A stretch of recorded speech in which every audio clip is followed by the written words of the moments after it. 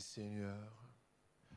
Nous voulons te prier ensemble Seigneur pour que ce moment de partage de la parole soit source de rafraîchissement, de lumière pour nous, afin que nous puissions marcher avec encore plus de joie et de conviction sur la suite du chemin que nous avons à parcourir avec toi, que ce soit dans cette semaine ou même à l'échelle de notre vie. Que cette parole soit vie, esprit, pain pour nos âmes, dans le nom de Jésus. Amen. Amen, amen. Je suis heureux de vous retrouver. Après quelques jours, on s'est perdu dans le sud. Quelqu'un nous avait dit qu'il y avait du soleil dans le sud.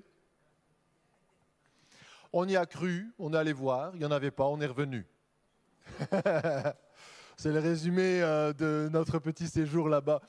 Mais on était content de croiser beaucoup de frères et sœurs, de découvrir l'assemblée notamment de Fréjus.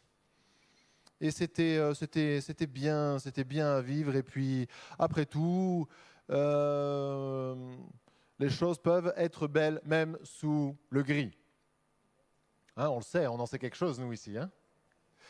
Allez, allons de l'avant. On est dans l'évangile de Marc. Nous allons continuer notre chemin. Nous sommes arrivés maintenant au verset 14. Nous ne revenons pas sur ce que nous avons dit. Et nous lisons Marc, chapitre 1, verset 14. Nous allons aujourd'hui nous arrêter très spécifiquement sur le sujet de la double autorité de Jésus-Christ. Et évidemment, s'il y a une révélation de l'autorité de Jésus-Christ, cette double autorité, elle est intéressante pour que nous comprenions la gloire, le rang auquel Jésus-Christ a été élevé.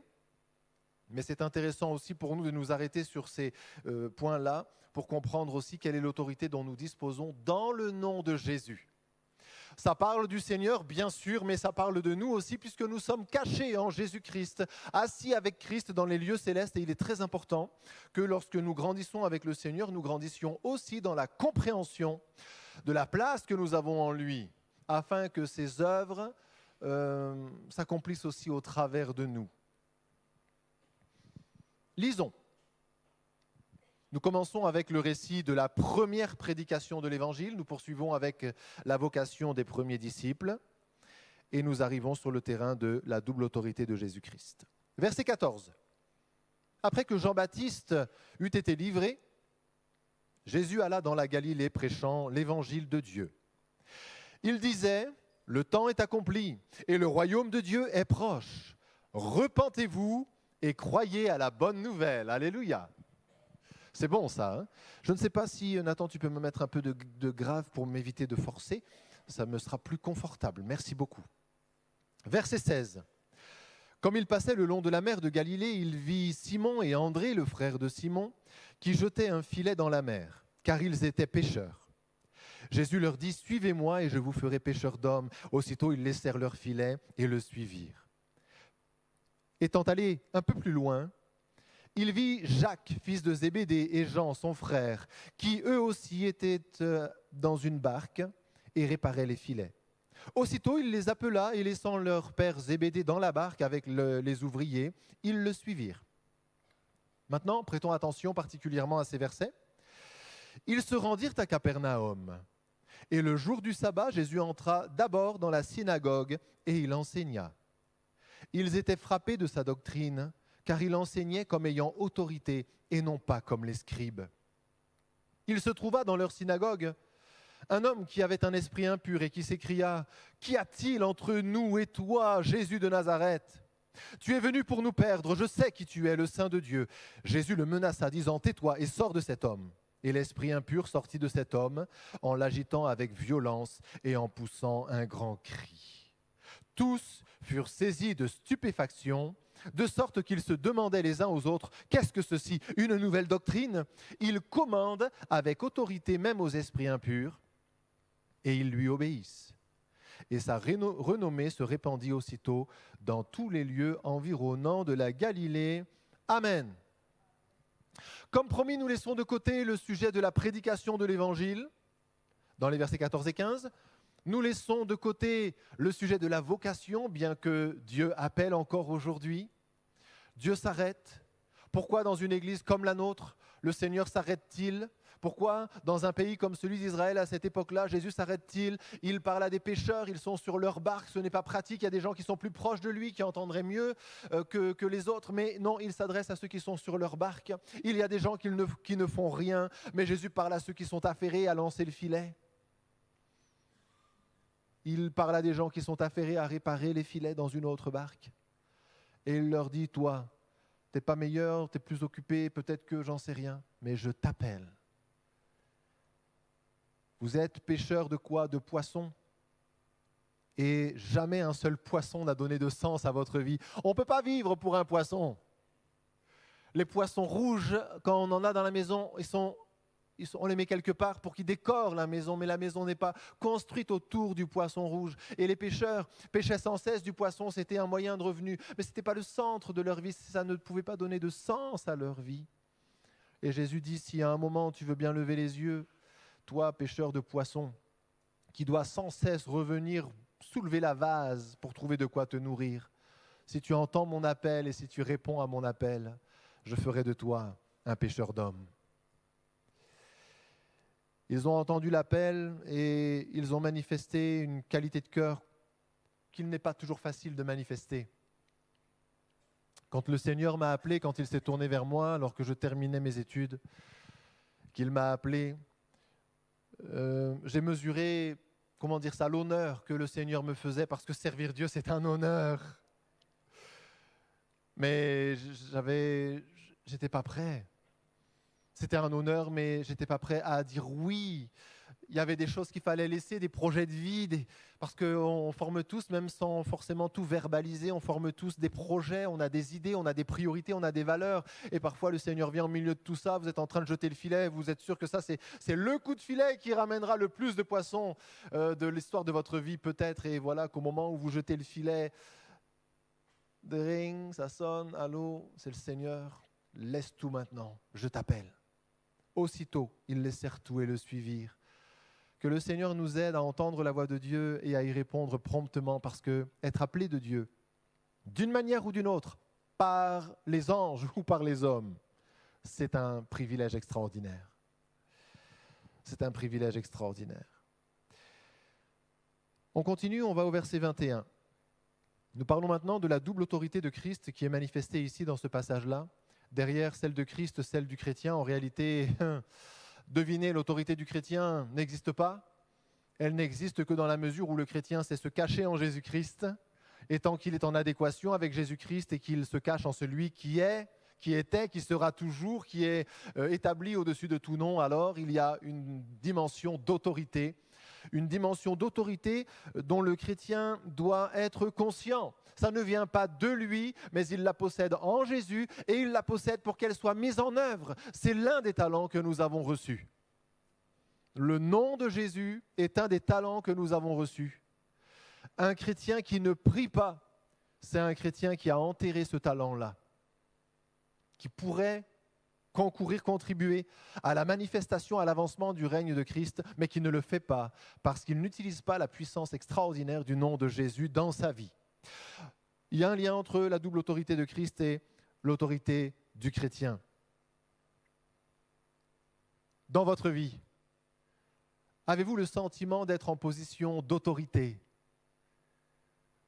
Est-ce que vous travaillez d'en bas, demandant, priant, espérant, cherchant à essayer avec les choses d'en bas, de prendre un bout de ficelle ici, un autre bout là, et puis de tricoter quelque chose pour réussir à tenir? Êtes-vous en train de subir la vie, de travailler d'en bas, ou avez-vous compris la dimension que Dieu vous a donnée en Jésus-Christ, la dimension céleste? Vous êtes nés de l'Esprit, et pouvez-vous petit à petit apprendre à vivre votre vie et à travailler dans votre vie depuis là-haut? Seigneur, aide-nous à prendre conscience du fait que nous sommes citoyens de la terre dans notre citoyenneté, notre civilité terrestre, mais nous sommes citoyens des cieux, assis avec Christ dans les lieux célestes. Et il faut réussir à vivre ces deux réalités-là. Il faut réussir à les vivre de manière équilibrée. Régner avec Christ. lorsqu'on ne connaît pas l'autorité de Christ, qu'on ne connaît pas l'enseignement de la Bible sur l'autorité, on pense que certains hommes l'ont et on se met à admirer les hommes qui l'ont, alors qu'ils ne l'ont qu'en Jésus-Christ.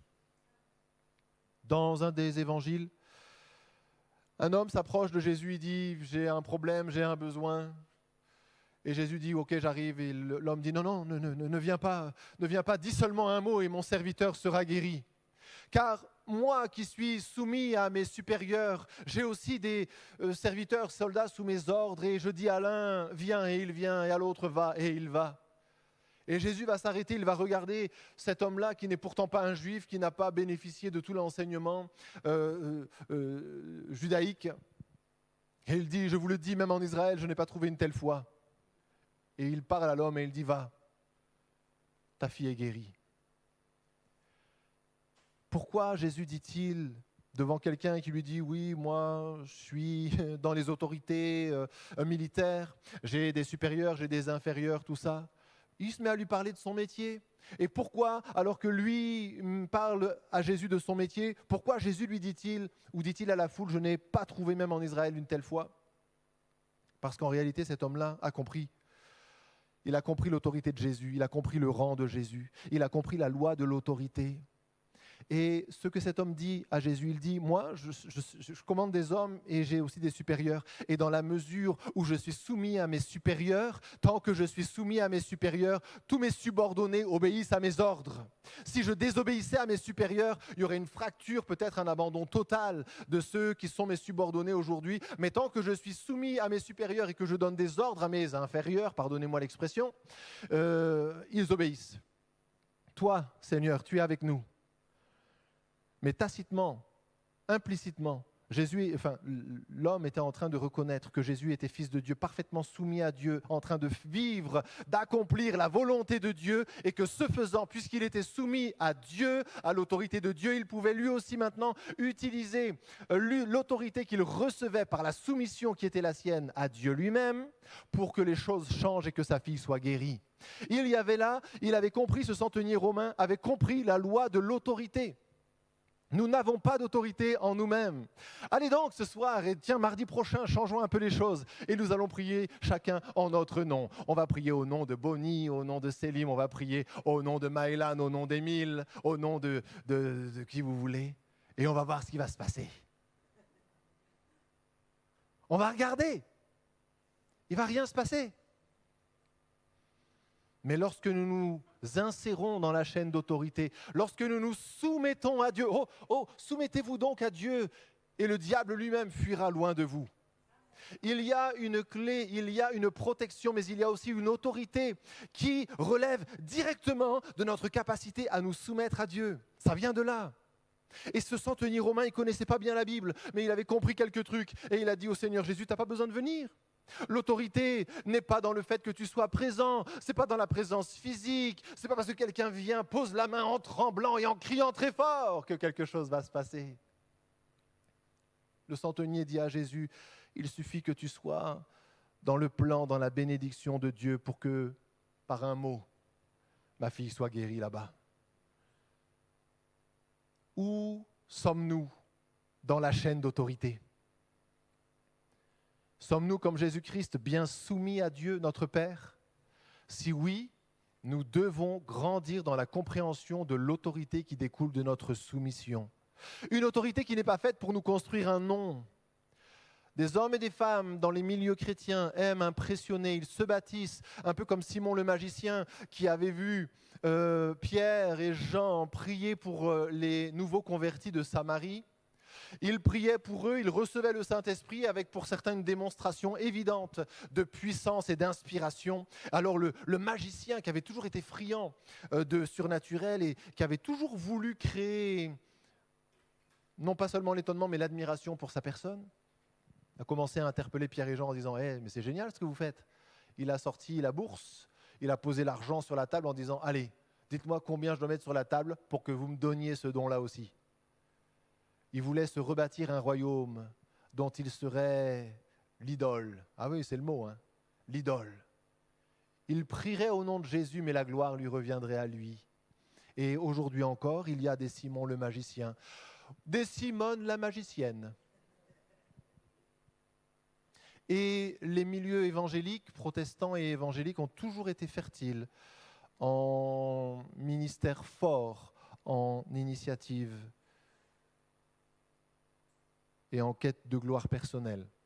Il y a un espace. C'est le pendant du sacerdoce universel qui refuse la hiérarchie dans l'Église. Alors à l'origine, c'est le refus d'une hiérarchie catholique, mais il faudrait quand même lire un peu sa Bible. On refuse toute hiérarchie dans l'Église. Nous sommes tous égaux et nous sommes tous témoins. C'est complètement vrai. Tous serviteurs de Dieu, c'est complètement vrai. Tous également aimés, c'est complètement vrai aussi. Mais au nom du sacerdoce universel qui refuse que quelqu'un soit supérieur à l'autre, on a aussi confondu les rôles que Dieu a donnés, car Dieu a donné les uns, il a donné les uns comme ceci, comme cela, les autres comme cela. Il a donné aux uns le don de ceci, aux autres les dons de cela, comme il veut, comme il a voulu.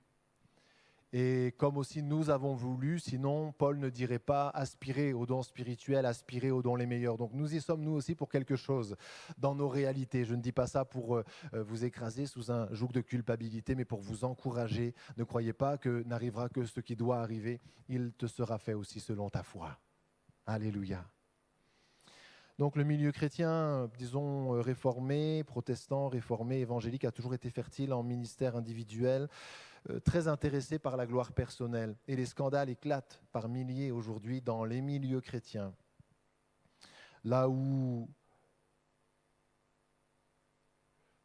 on mélange la volonté de se soumettre à Dieu et le refus de se soumettre aux hommes. Parfois, pour mieux se soumettre à Dieu, il faut mieux se soumettre aux hommes. Le centenier romain avait compris.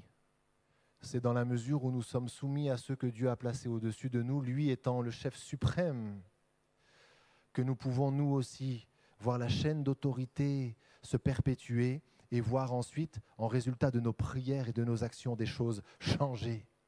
Mais nous devons rester dans la chaîne d'autorité. C'est tellement important. Alors on va commencer à parler de notre sujet ou pas ? Ils se rendirent à Capernaum. On est en Israël, dans le secteur du lac de Tibériade. Et le jour du sabbat, Jésus entra d'abord dans la synagogue. Partage ton pain avec celui qui n'a pas faim. C'est ça que vous avez dans votre Bible ? Partage ton pain avec celui qui a faim. Alors, on peut y voir bien sûr un sens premier degré, mais c'est aussi une mission.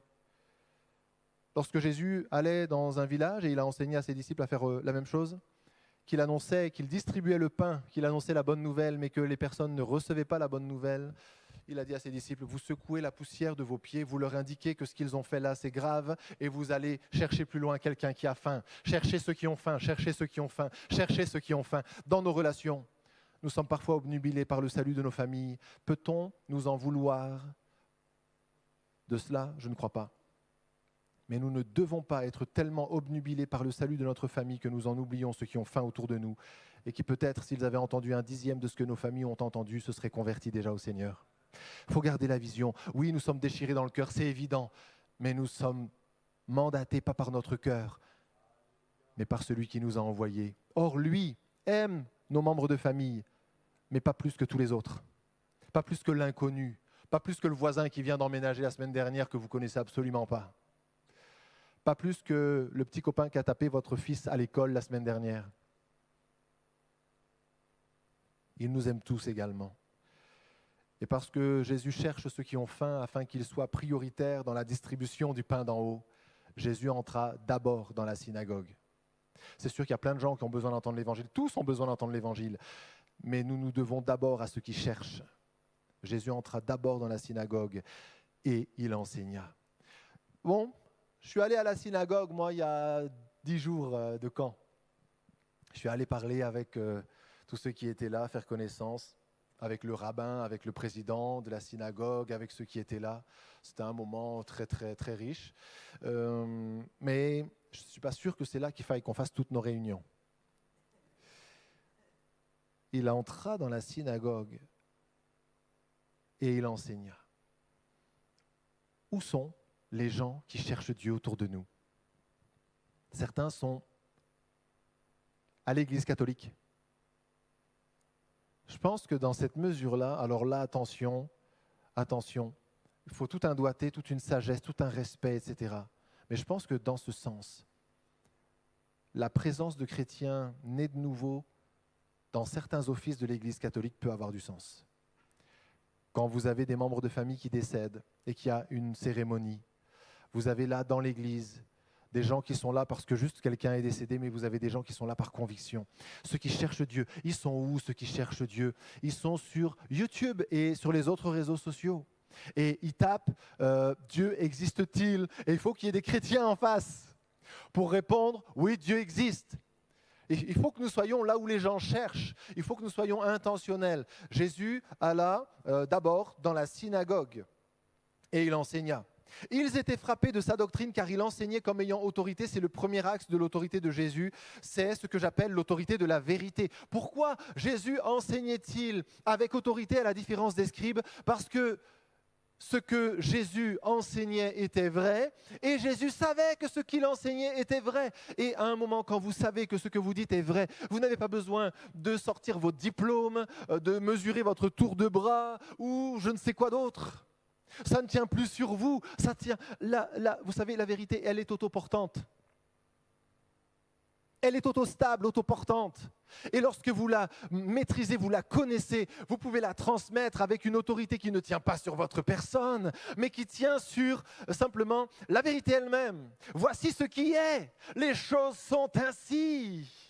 Et avec conviction, avec certitude, vous pouvez interpeller des personnes qui ont parlé avec des religieux de tous ordres, mais qui n'ont jamais tenté que des essais de conviction. Des idées, là où vous avez, pourvu que vous connaissiez votre Bible, des certitudes absolues.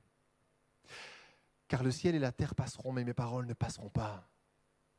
Et si nous possédons la parole de Dieu, non pas seulement entre nos mains, mais dans nos cœurs, si nous la connaissons, si nous la méditons, si nous sommes capables de la recevoir, la retenir et la restituer, nous sommes forts dans l'autorité de la vérité. Jésus possédait cette autorité. Les scribes lisaient l'Ancien Testament, mais ils ne comprenaient même pas l'Ancien Testament. Alors ils tentaient des explications. Alors là, si vous voulez, allons-y pour de bon, Ancien Testament. On va prendre quoi? Les prophétiques Ésaïe.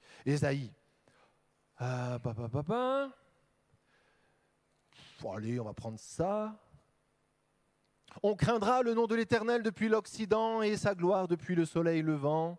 Quand l'ennemi viendra comme un fleuve, l'Esprit de l'Éternel le mettra en fuite. Alors on pourrait penser qu'est-ce que on? Et voilà, ça y est, on a un scribe qui est parti.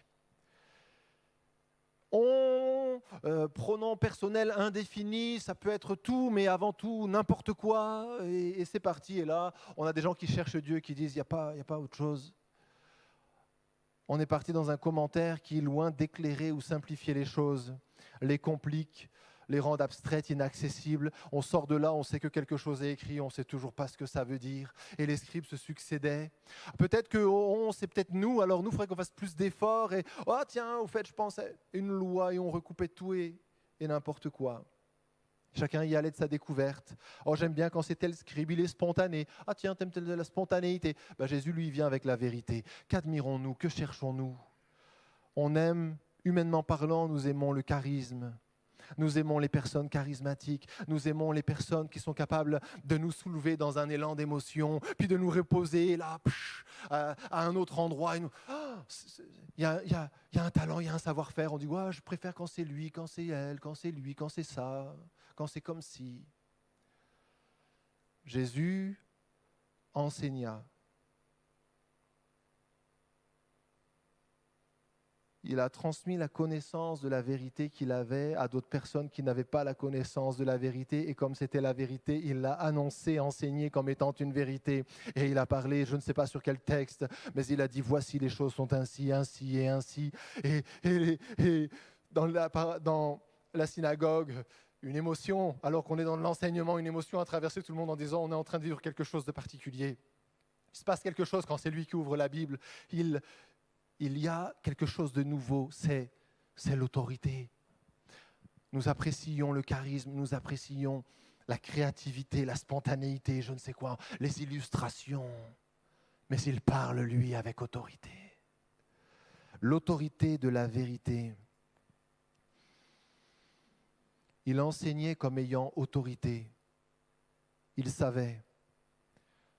Le monde n'a pas besoin d'un peuple qui fait des tentatives d'explication biblique. Le monde a besoin de gens qui ont des convictions bibliques. Pas des convictions parce qu'ils sont têtus. Des convictions parce qu'ils savent. Ils connaissent la vérité. Ils ont appris à côtoyer la vérité, à la comprendre, à l'approfondir, à descendre dans ses profondeurs. Ils se sont soumis eux-mêmes à la vérité et ils ont appris à restituer la vérité, à la communiquer à d'autres. Et c'est pourquoi la vérité a gardé toute sa puissance. Parce qu'elle est connue et reçue telle qu'elle est. On s'y soumet telle qu'elle est et on la transmet telle qu'elle est. Alléluia. Le peuple de Dieu doit tremper dans la parole de Dieu. Sinon, il ne peut pas manifester l'autorité de la vérité. Il n'y a pas d'autorité dans la créativité. Il n'y a pas d'autorité dans les tentatives d'explication. Il n'y a pas d'autorité dans la créativité. Il n'y a d'autorité que dans la vérité. Jésus possédait la vérité et c'est pourquoi ils étaient frappés de sa doctrine car il enseignait comme ayant autorité. On continue, l'autorité de la position. Jésus a dit « Je suis le chemin, la vérité », donc incarnation parfaite de la vérité et la vie. Mais il a aussi dit « Je suis », alors avec ces mots, mais l'évangile de Jean est clair à ce sujet, « Je suis fils de Dieu ». C'est mon rang, c'est ma position. Je suis soumis à Dieu mon Père. N'est-ce pas? C'est bien ce que vous avez lu. Je ne fais que le Fils ne fait que ce qu'il voit faire au Père. Je suis soumis. C'est l'autorité de la position. Nous avons besoin des deux. Si nous connaissons la vérité, mais que nous n'avons pas la position, que nous avons perdu notre position, perdu notre rang, comme certains esprits ont perdu leur rang, ont été déchus. Ce sont, pour ainsi dire, déchus. Eh bien, nous ne pouvons pas manifester la plénitude de l'autorité. Les démons possèdent l'autorité, mais ils ont perdu leur rang. Ici, nous allons voir l'autorité de la position se manifester à un moment où, au verset 23, il est écrit qu'il se trouva là, dans leur synagogue, un homme qui ne voyait aucun problème, ni les démons qui étaient en lui d'ailleurs, à ce que la parole soit prêchée, pourvu qu'elle soit prêchée par quelqu'un qui ne comprend rien et puis qui va plutôt dans la créativité ou la spontanéité que dans l'autorité. Il y avait donc dans leur synagogue un homme qui avait un esprit impur et qui s'écria, lorsque Jésus enseignait, « Qu'y a-t-il entre nous et toi, Jésus de Nazareth? Tu es venu pour nous perdre, je sais qui tu es, le Saint de Dieu. » Jésus le menaça, disant, « Tais-toi et sors de cet homme. » Et l'esprit impur sortit de cet homme en l'agitant avec violence et en poussant un grand cri. Tous furent saisis de stupéfaction, de sorte qu'ils se demandaient les uns aux autres, « Qu'est-ce que ceci? Une nouvelle doctrine ?» Il commande, maintenant il ne parle plus, il commande avec autorité même aux esprits impurs et ils lui obéissent. L'autorité de la position. Bien-aimés, si notre cœur ne nous condamne pas, nous avons de l'assurance. Bien sûr, il faut resituer ce texte dans son contexte, mais le même texte, disons que le même principe, est valable aussi dans la logique de l'autorité spirituelle. Il commande avec autorité. Oui, parce que Jésus avait autorité, mais à la différence de nous peut-être, il savait qu'il avait autorité. Nous avons autorité, nous qui sommes... Alors on va voir quand même qu'il y a quelques petites choses à respecter. Mais nous avons autorité, nous qui sommes en Jésus, tout simplement. Mais nous ne connaissons pas l'autorité qui nous a été donnée par le nom de Jésus et nous n'en usons pas. C'est pourquoi parfois dans les synagogues ou dans nos églises se tiennent parfois des personnes qui sont habitées, qui sont liées par des réalités ténébreuses, mais l'autorité ne s'exerce pas parce qu'il y a des croyants sincères, ils sont authentiquement enfants de Dieu, mais ils ne sont pas entrés dans l'autorité. Et les démons ne les craignent pas parce qu'ils savent qu'il suffit d'attendre un peu, que la réunion soit terminée, on va sortir par la porte et ça va bien se passer. On ne sera pas démasqué, on ne sera pas dérangé. Et cette parole hésitante, faite d'illustration, ne les dérange pas. La parole d'autorité amène la manifestation, ici. Et après l'autorité de la vérité se manifeste l'autorité de la position. Il commande avec autorité, parce qu'il avait autorité, parce qu'il savait qu'il avait autorité. Et il avait en face de lui une situation, disons même une entité ténébreuse, spirituelle, démoniaque, qui méritait justement que cette autorité soit manifestée. Il fallait ces trois choses-là. J'ai autorité, je sais que j'ai autorité, et je sais que je suis dans une situation où il faut que l'autorité se manifeste. Et là, l'autorité de Jésus s'est manifestée. Il fallait cela et il nous faudra encore cela. Et on revient encore à la connaissance de Dieu, de son projet, de sa pensée, car si dans une situation, même ayant conscience de l'autorité que nous avons en Jésus, nous ne savons pas ce que Dieu veut faire, nous ne pouvons pas faire par l'autorité qu'il nous a donnée l'œuvre qu'il veut que nous fassions, puisque nous ne la connaissons pas. Et nous nous mettons à faire avec hésitation ce que Dieu voudrait que nous fassions avec autorité. Et ça ne donne pas le même résultat. Ça ne donne pas le même résultat. L'autorité de la position. Ça tient sur quoi? Ce que nous avons dit à l'instant, mais aussi sur l'absence de compromis, d'emprise de l'ennemi sur lui. Jésus a pu dire, le prince du monde vient, il n'a rien en moi. Il n'a rien en moi. Et quand le prince du monde vient, quand le moment d'adversité approche, ce n'est pas le moment de se dire, hop, hop, hop, hop, hop, Seigneur, pardonne-moi pour ce que j'ai fait, je regrette d'avoir menti, je regrette d'avoir insulté, je regrette de... C'est trop tard. C'est trop tard. Il faut être déjà. Il n'a rien en moi. Personne n'est parfait. Frères, nous branchons tous de plusieurs manières. OK? Ça s'appelle trébucher. Et il ne dit pas nous péchons tous de plusieurs manières. Nous ne sommes plus pécheurs. Nous étions des pécheurs faisant accidentellement des choses bien dans le passé. Nous sommes maintenant des saints. Et nous commettons accidentellement, aussi rarement que possible, des choses mauvaises, mal, de temps en temps. Ce n'est pas notre nature, ce n'est pas notre projet, ce sont des anomalies, nous appelons ça trébucher. Nous branchons tous de plusieurs manières, ok? Donc il ne s'agit pas d'une sorte de perfection absolue, mais d'un non-péché garanti. Il n'a rien en moi. Il faut que le peuple de Dieu garde sa robe blanche, bien sûr pour conserver son salut, évidemment, pour garder la présence de Dieu en son sein, mais aussi pour garder l'autorité dont il a besoin pour que l'œuvre de Dieu se fasse dans ce monde-là. Il n'a rien en moi. L'autorité de la position, elle vient de la communion que Jésus a nourrie avec son Père, notamment dans le désert, juste avant, nous en avons parlé. Elle vient de sa probité aussi, nous sommes en train d'en parler. L'absence de compromis. L'absence de compromis. Il faut, bien-aimé, prendre ta victoire jusqu'au bout, car l'œuvre de Dieu, l'œuvre à laquelle nous sommes appelés, nécessite qu'au-delà de la communion, nous puissions garder le rang de la probité aussi. Bien-aimé, si notre cœur ne nous condamne pas, nous avons de l'assurance devant lui. Amen. Dans l'exercice de l'autorité, pour terminer, je vois que le moment venu, Jésus assiste à la manifestation démoniaque et directement, il est écrit que Jésus le menaça, disant « Tais-toi et sors de cet homme ». Bien, tais-toi, c'est quoi? Ne poursuis pas ton action destructrice. Jésus interdit aux démons de continuer à parler et de semer toutes ces pensées vicieuses tordues dans l'esprit des gens de la synagogue. Il met fin à son influence. Tais-toi, ça suffit. Aussi vrai que l'influence de Dieu se fait par la parole de Dieu, il y a une séduction diabolique qui se fait par les paroles diaboliques qui circulent énormément aussi sur les réseaux sociaux et ailleurs. Tais-toi. Nous assistons parfois, toujours dans cette même logique de personnes qui veulent se mettre en scène, à des moments où des grands ministères commencent à parler avec les démons. Et ils sont là dans des rassemblements, dans des églises. Et alors, lorsqu'il y a une manifestation, ils demandent que la personne en manifestation soit amenée sur le devant. Et là, le prédicateur commence à tchatcher avec le démon, soi-disant. Alors, qui es-tu? Ok. Bon.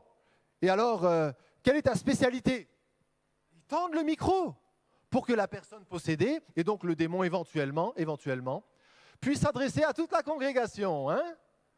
La prédication ce matin est partagée par le pasteur et un possédé. Alléluia. Et alors, comment fais-tu pour parvenir à tes fins? Ah bon? Fais-nous une démonstration. Et là, le démon fait une démonstration. Je l'ai vu de mes yeux. Il va où, notre pasteur? Je l'ai vu sur YouTube. Je ne suis pas allé. Je ne vais pas dans les endroits tordus comme ça. Mais à un moment, il faut rester dans les pas du Seigneur.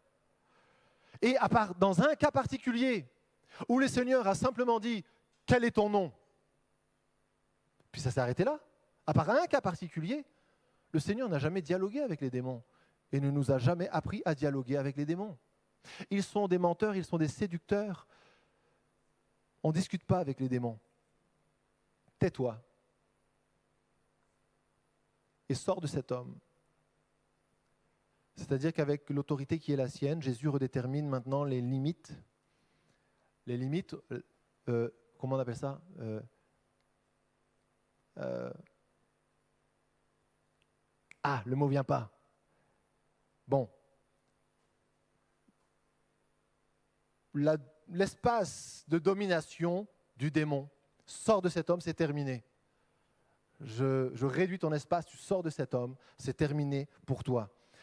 Alors, l'autorité, comprenons-le bien et comprenez-le bien, n'est pas ni dans les mots, ni dans les décibels. C'est vraiment important. Un jour, dans l'église de Troyes, une de nos églises de sœurs, le pasteur était parti et il avait confié la prédication de l'évangile à un prédicateur de l'église, et le prédicateur de l'église avait fait tout son travail. Il s'était tenu devant le Seigneur dans la prière, il avait médité la parole et puis il amenait la parole qu'il pensait être celle du Seigneur, et à la fin il était proposé que ceux qui voulaient compris pour eux s'approchent. Des gens s'approchent, et parmi les gens qui s'approchent, dans les rangs, il y a de l'agitation. Et puis il se dit wow, il va se passer quelque chose. Et effectivement, quand il arrive à la personne qui s'agitait déjà dans les rangs, c'est la manifestation démoniaque, et la personne prend un aspect menaçant, et bon, les manifestations, elles peuvent varier, diverger. Et là, l'homme qui avait apporté la parole, et le pasteur n'était pas là, commence à prendre peur et il court dans l'église. Il court dans l'église, et la personne démoniaque court après le prédicateur. Et ils se mettent à courir comme ça. Et puis lui, il dit, mais qu'est-ce qui est en train de se passer? Je suis en train d'essayer. Il y a tous les frères et sœurs qui sont là, on a prêché la parole. Je suis en train d'essayer d'échapper à un gars possédé. Alors que normalement, et puis à un moment, il dit, mais c'est moi qui ai l'autorité. Et il s'arrête dans sa course. Et il dit, au nom de Jésus, arrête-toi et sors. Et il passe de la panique à l'autorité en quelques instants, alors qu'il prend un peu de hauteur sur ce qui est en train de se produire. Et le possédé s'arrête là, tombe au sol, et il est délivré. Le pasteur n'était pas là. Mais il y a un enfant de Dieu qui, après avoir couru dans l'église de panique, s'est dit, mais c'est pas normal ce qui est en train de se passer. Et si vous et moi, nous commencions à nous dire, mais c'est pas normal ce qui est en train de se passer? Et si nous comprenions que dans l'autorité de la vérité, dans l'autorité de la position que nous avons en Christ, pourvu que nous gardions que nous marchions en toute probité, en toute intégrité, si nous comprenions que nous sommes là pour quelque chose, que quelque chose doit se passer dans la douceur, ça ne parle pas de notre personne, mais quelque chose doit se passer dans l'autorité de Christ. Oui, la prière est efficace. Oui, Dieu au milieu de nous a autorité sur tout esprit, sur toute maladie, sur tout péché, sur tout lien. Et dans la douceur d'une prière qu'un voisin n'a même pas entendue, des délivrances spirituelles miraculeuses peuvent arriver. Des guérisons physiques miraculeuses peuvent arriver. Ça ne tient ni sur la personne, ni sur la forme, ni sur les mots, ni sur les décibels. Il y a une autorité qui échappe, qui dépasse, disons, toutes ces réalités. L'homme regarde à ceux qui frappent les yeux. Peut-être faudrait-il arrêter si on veut grandir, vous et moi, spirituellement. Car l'Éternel regarde au cœur, et l'autorité qu'il donne ne tient ni à l'apparence, ni aux mots utilisés, mais à l'autorité que donne la vérité et la probité. Alléluia. On prie le Seigneur. Seigneur, tu as fait de nous des enfants de Dieu. C'est un privilège immense, une grâce immense. Ce soir, nous comprenons qu'avec cet avantage extraordinaire de la filiation divine. Nous sommes aussi revêtus de l'identité, de la sainteté, de l'autorité de Jésus-Christ. Nous comprenons la logique de la chaîne d'autorité, Seigneur, ce soir. Nous comprenons où réside l'autorité.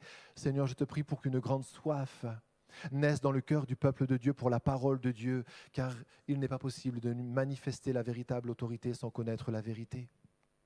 Je te prie pour que tu instruises ton peuple dans ta parole, dans l'esprit, afin que chacun connaisse la position que nous avons tous. L'un n'est pas plus grand que l'autre, nous avons tous été établis, nous sommes tous assis avec Christ dans les lieux célestes.